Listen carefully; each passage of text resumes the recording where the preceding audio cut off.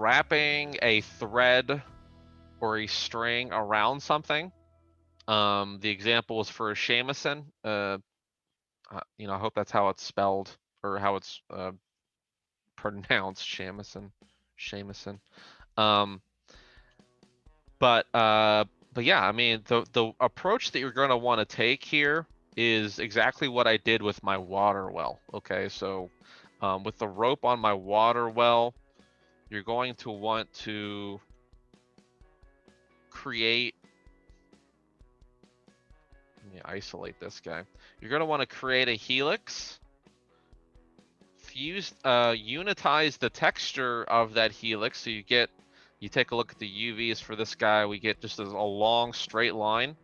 You guys are free, and I encourage you to try out a hybrid texture. Even if you're not doing a tiling trimming map, you can still make a hybrid of both baking and tiling. Okay, so you can actually designate, if you have like some topology here that occupies that area, you can actually put a trimming texture right in here, and then the rest of this UV space can be baking. So that's what I call a hybrid, where you can actually do both of these at the same time. If all you're using is just a tiny little area up here for string, then the rest of this can be baking area, and you have trimming and baking all together in the same map. I do something like this actually in the research and development. I have a chair model, and that's exactly what I do there. Is I have like some tiling stuff up here where I have like a lot of my wooden chair legs are simply just tiling infinitely down a line. I don't need details on those chair legs, and with the way that the UVs are laid out too, all of my edges are lined up to each other, so I can actually put edge wear on that chair, but it's just a repeating edge wear. Okay, so it's a pretty good deal there as well. That chair model is pretty optimized, and it gives you some good ideas for how you can strategize your model. Not only does it have trimming on it in a hybrid manner like that, with tiling up here and then baking down here, but it also uses mirroring as well, and it uses floating decals, so that you can actually model details onto your tiling areas, like screws for those legs. You could put screws on that tiling asset by simply modeling a tiny little square with a screw texture on it and just putting it over top of it like a sticker. Okay, so that's what we call decal geometry. So that chair goes over all of that: mirroring, trimming, and decal stickers. Okay, decal geometry. So that's a pretty good deal. If you want to give that a look at, it's in research and development modeling. I have like 3 videos up on the top of that page on FSO that you can find that information for you there. Okay, I actually model the whole chair for you guys in like 4 hours and do the whole thing up for you. It's good. It's a good learning experience. Okay, but that's my strategy. Let me show you how to do it. First off, I'm just gonna make a new scene. I don't want to do anything else in this water well scene because it's kind of a big scene. I don't want to lag anything out since the internet's already giving me flags here. See what we can do. Okay, so the first thing we need to do is set up. Let's make the cylinder first. Okay, so let's make, if we're doing a guitar and we have like strings being wrapped around like a peg or a rod, basically. We have strings being wrapped around a rod. Let's make the rod first so we know what we're kind of pushing here. I think that's going to be the first landmark for us to set up. All right, so there's my rod. Let's do some other stuff too, actually. Let me make a torus But I'm going to take away a bunch of these axes. Kind of set this guy up like just a square, like that. That's probably what you're working with there, like that. You can take some of these guys down too. Let's see if I can get a 45-degree turn here. There we go. And let's turn the section radius off. I'm trying to just like simulate what the housing of this thing it looks like here. So we'll just elongate it a little bit taller. Actually, no. Let's keep it thin, just for this demonstration. I'm gonna freeze my transforms and elongate this. No, elongating's not working because it's stretching it out too much. There we go. All right. So I'm doing this. I'm doing it like this just on the off chance that you want to see, like if you want this whole peg to kind of occupy the whole space, the whole, you want your string wound up completely on that shape. I'll show you how to cut off like a wound up string too, okay? All right, this does not look good softened, so I'm gonna undo that operation. All right, so I have my area set up here. I'm gonna get rid of grid. Grid's not helping me right now. Okay, now let's make our helix shape.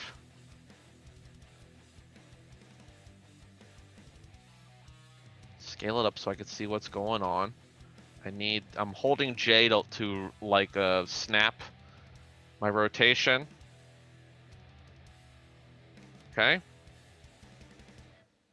Now let's take a look here. I need a lot more coils. Let's do height too. Push the height in there.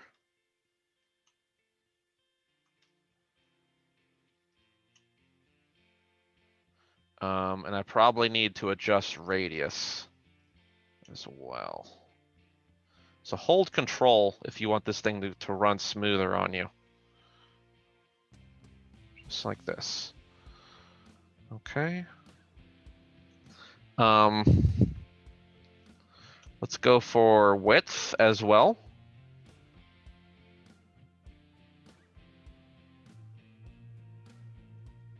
So you see how I'm kind of operating this, right?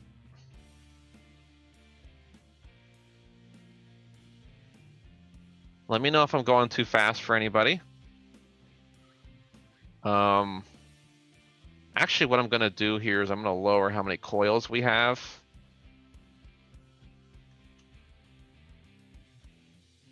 Or, you know what, height. Let's change height up a little bit. And then we'll change radius, because this seems like it's too thick. What I'm going to do is I'm going to move this over here so that it gives me the opportunity to chop this stuff off. So I'll show you how to chop that off, and I'll show you how to take this wire down the line there too, so it can actually be used. So let's just say that the wire connects right here, and then we need to chop this off down here. Just for this demonstration, not something you have to do, okay? Now check out my divisions here too, okay? I have a lot of subdivisions for this coil.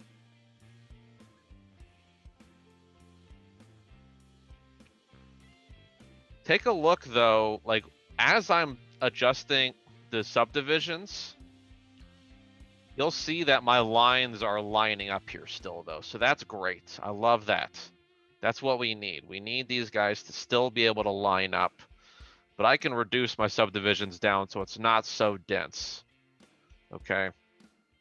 Still a good thing. Now, if I adjust my coils too much though, if I'm not locking it into a special number, try to figure out what's going on. Let me see something here. Let me try going to like 10. Okay, 10 looks like it still kind of lines up. Let's try 15. I wanna see if it's like even numbers. Maybe you need to stay with like even numbers.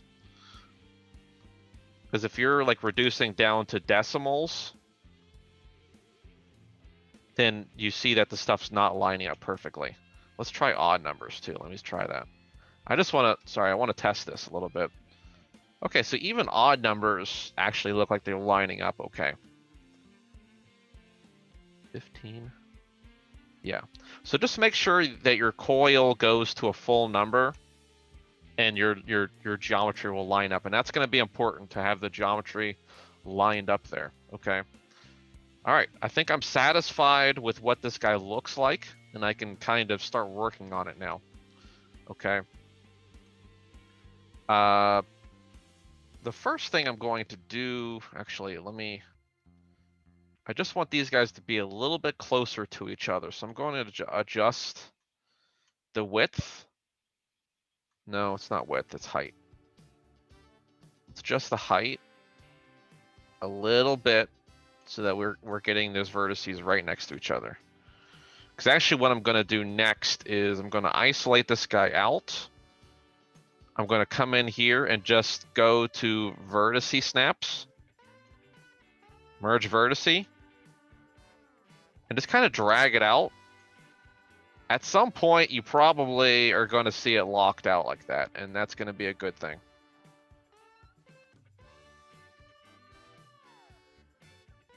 Actually, I don't know. I can't remember. Let me undo that, because I feel like I probably need to delete the interior geometry in here first. So let's do that. I don't want this all in here. Well, here's a scenario here that I want to put up to you, okay? So the winding up of your rope here on this texture, if I'm looking at this thing on a guitar, I don't think that's super significant. It's not a big enough silhouette change, is what I'm saying, for it to justify this being modeled out, okay? So you probably don't have to do it this way if you don't want to, Alexandria. Because what's going to happen is, I would say in your situation here, I would actually just like duplicate this cylinder, scale it up.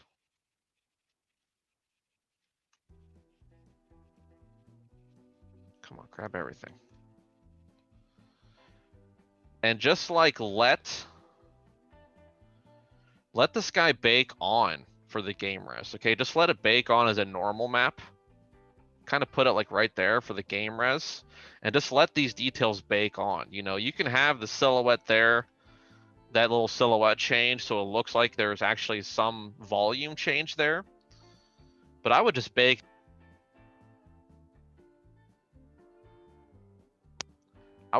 that on as a normal, because of how small it is. For my water well, that's obviously a bigger detail, and it's out in the open more. So that's something that you may want to model in. It's a bigger rope. You may want to leave that stuff modeled in. In this case, I would say bake this guy in. Yeah. I just want to make sure that that makes sense.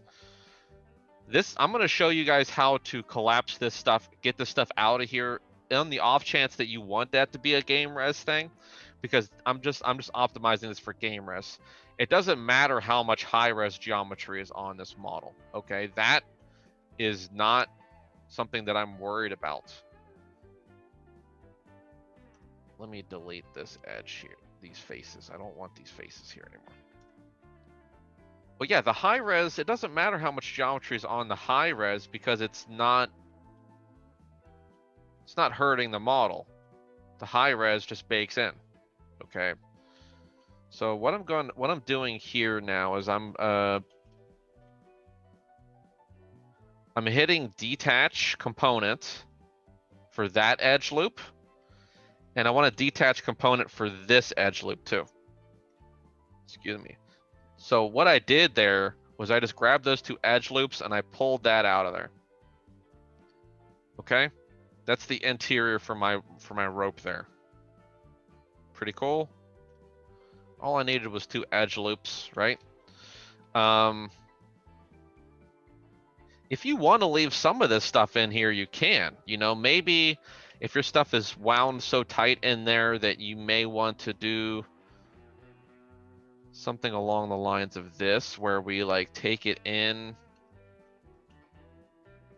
Let's see, which one's my open one? This one's not even my open one, so I don't care about that one. But this side over here is my open side. So if I want a little bit of this in here, Then I can come in here with this edge loop. I'm going to detach this. And now I'm going to leave just a little end piece there. I could just delete that guy now. So now I'm not just deleting the entire thing. There's a little end piece there that's working for me. And my merge vertices should handle that just fine. Okay, now I'm going to do that merge vertices. Let's trigger it up. I'm going to just bump it all the way up to 1. Let's go to 3 mode to see if that worked. Right, these guys should be doing that stuff. I don't think that it's working just yet. I might need to bump up my vertices even more on this operation because they're not close enough to each other. So let's do that merge vertices again. And I'm just going to type in like 2. Oops. Did it do it? It said it can't perform the operation. It doesn't like it. Okay, so these guys are too far apart from each other. Let's take a look inside. You know what? Something that does help out too. Let's take a look at the grid here. Look how massive this thing is, okay? I am going to combine this guy together and just shrink it down because that is probably affecting some things. Freeze my transforms, delete my history, get rid of my grid again. Now that I know that this thing's at an acceptable size, I'll separate this guy out and isolate my view. And now this guy should work because it's a smaller model now. There we go. That snapped in. I didn't even have to adjust it. I saw the snap happen. There we go. And now it's merged together. So you don't really have to worry about that stuff. Okay. I could soften this guy too to see what that looks like. That's what it looks like softened. Okay. Let's take a look at the UVs. This should already kind of be doing the right thing, I hope. Hopes and prayers. Okay, so I got like a weird UV seam here. That's not great. Let me find this edge loop and snap it. Just do a move and snow. Move and sew. Move and snow. Okay. But this guy's already kind of doing what I want him to do, in my opinion. Let's look at the... Yeah, look at that. That's not good, though. So I need to fix that. Checkers are not looking checkery. First, I'm going to rotate this guy so we can see... So we can, trim it the right way. You can do trims up and down. I just feel like that it feels kind of weird when I do it up and down. I like seeing it left to right for some reason. You guys might be different. It doesn't matter, okay?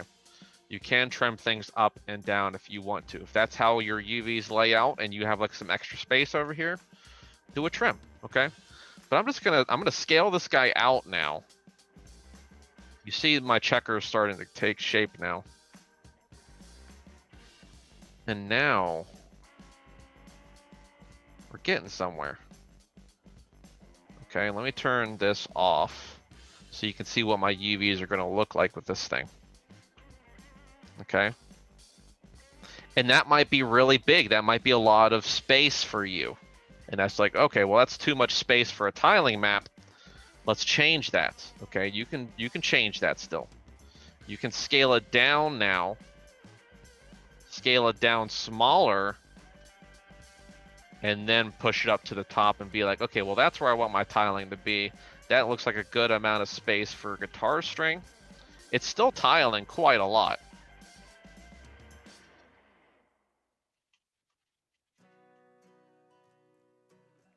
And again, you might be asking yourself, like, Harvey, why are you trying to get us to tile everything? because you're going to have better resolution on that shape. If you actually wanted to put like textures on that string, you know, the guitar string, you know, some guitar strings have like that ribbing along the length of it, and it has a little spiral in the texture. You wouldn't be able to see that if I took this whole guitar string and shrank it down to like the real size compared to the UVs. Look at how much texture resolution I have on that. It's not going to be that clean.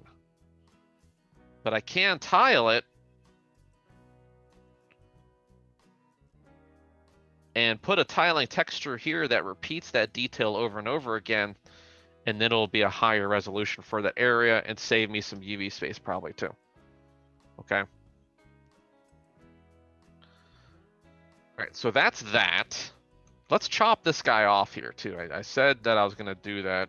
I don't want to leave you guys hanging here. Let's get a side view of this. Where my side view at? Where are my side views? Here we go. All right, so this is my side view. There's my wall right there. What I'm gonna do here on this model is I'm gonna grab it. I'm gonna do a multi-cut.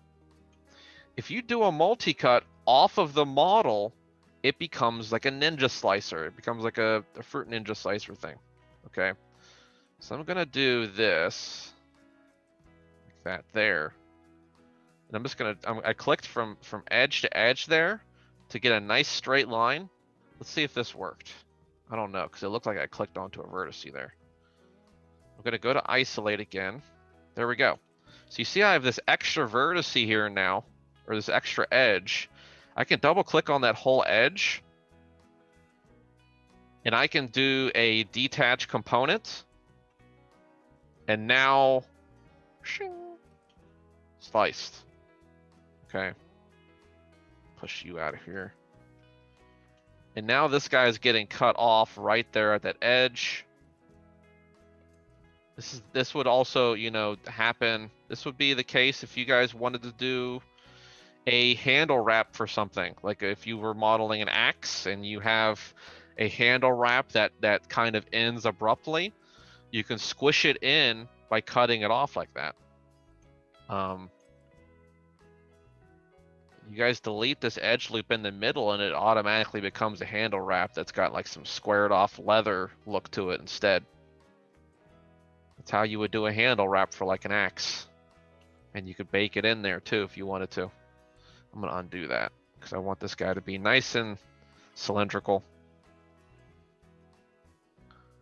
All right, outstanding. Oh, I forgot to combine this together when I did that merge vertice. Let me fix that real quick. I gotta merge these guys together. That should have worked, maybe? Yeah, that's better. Okay, and I need to soften that. Soften it up. Bravissimo. Okay, now let's extend this wire out now. Okay, so we can grab this guy out here, send him on home back to his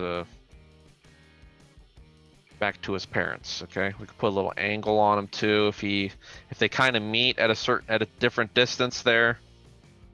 Put a little angle on it. Have some fun. Okay.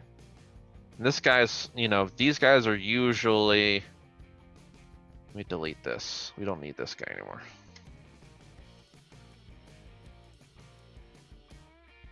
These guys usually have a little bit of a tilt to them, so we'll tilt it down now. And that's how we do it.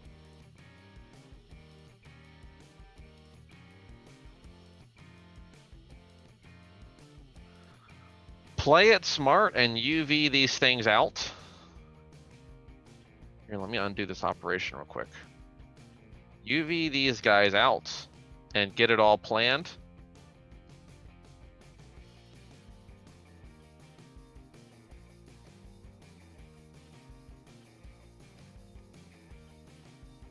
You know, maybe I want this guy to be on the other side. So let's do like a -1 scale on this thing. guy needs to come in here.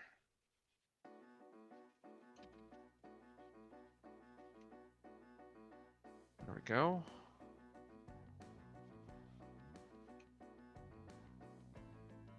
Maybe I just squish this guy in more and chop him off right there. So this guy's already in a good position. Let's get this guy hooked up here.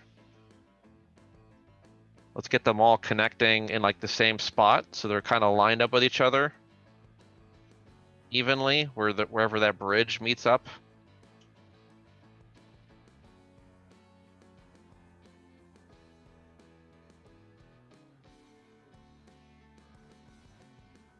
And maybe I'll give this guy a little bit more distance. Probably need to be spread out a little bit. I'm not looking at the reference right now, so that's a big problem for me. But you get the idea of what I'm pushing for here. I duplicated those guys out. They're already UV'd. Let's save some time, okay? If they're baking out differently, then just kind of move the UVs around. Don't leave them stacked on top of each other.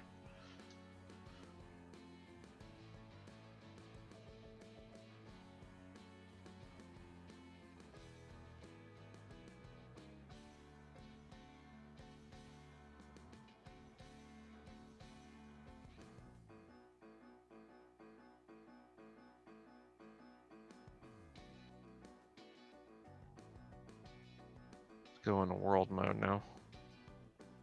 Send these guys home.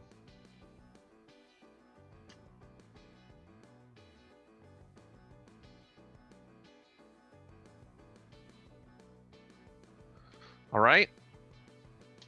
And for that knot, you know, I would do this same thing. Now those knots are probably going to be bigger and thicker, so you may not want to bake those in. What we can do with that knot is, you know, take a helix like this.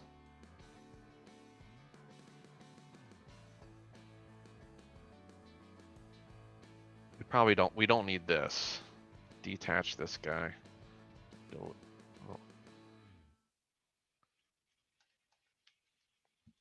I think the fusion there kind of confused it. Whatever, let's just do that.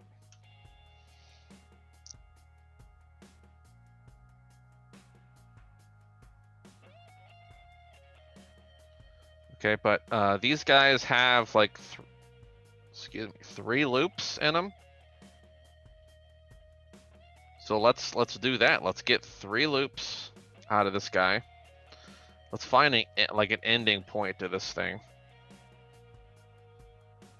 Where it's just like, I don't want this stuff showing up, basically. I don't know. You could be kind of messy with this, maybe. If you do it the right way, hopefully you don't have to make too much of a mess. I got 3 loops kind of going on here.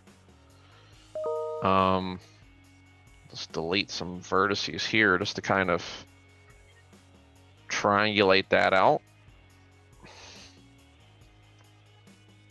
Just kind of optimize this shape kind of thing. I suppose that's good, just like that. Feel free to clean up and, you know, maybe I'll grab this edge loop here, kind of pull it in. Or maybe I'll just do an extrusion, actually. Extrusion might be worth something too. Kind of grab it and it's just extruded in a little bit. Just so you're not like seeing any holes, basically.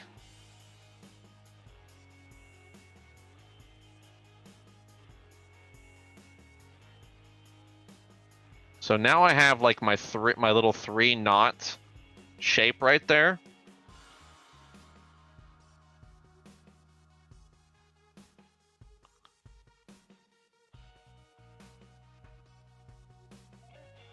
Oh, I gotta delete all this too. I said, why is it all the way over there?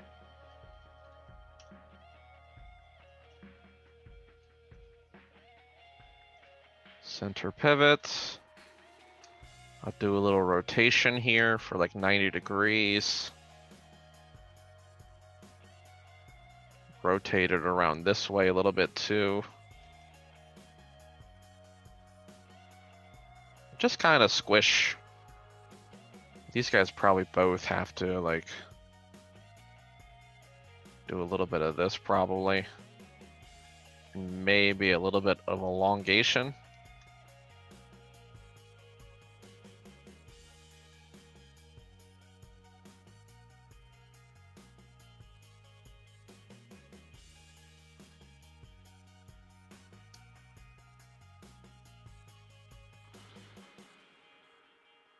Put some tilting in there too. Just do what you have to do. Just to kind of achieve that effect.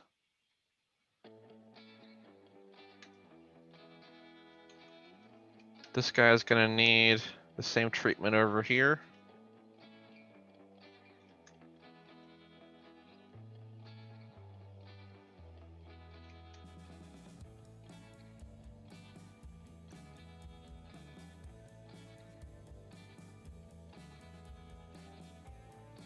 And the stuff that we can see, that's probably the stuff that you want to add some more geometry to and kind of, I should have gone the other way. This stuff should be on the outside and this crap right here should be on the inside so you can't really see it.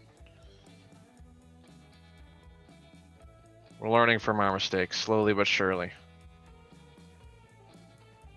All right, let's just duplicate him in.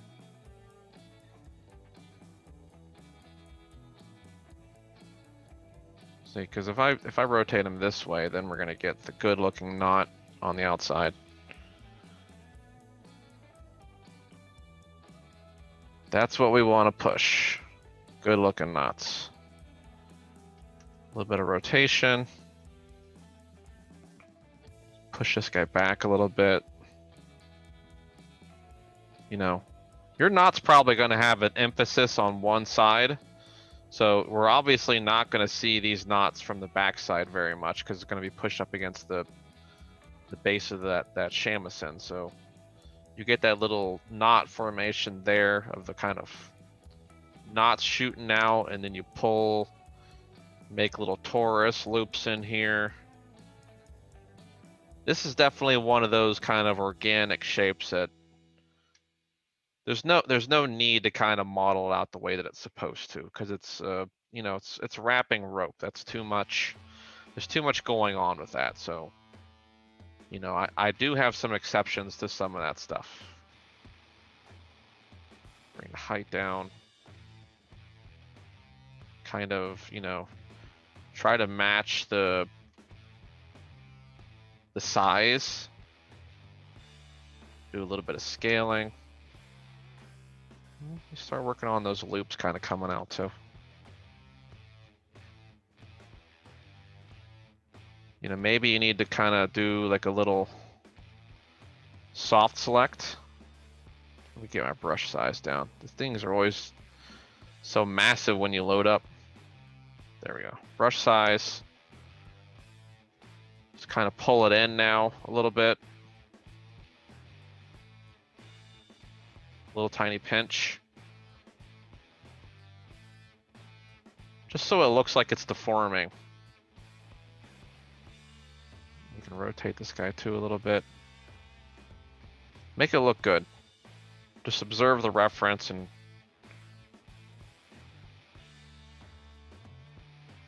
try to make these things happen. Okay? Knots and wrapping.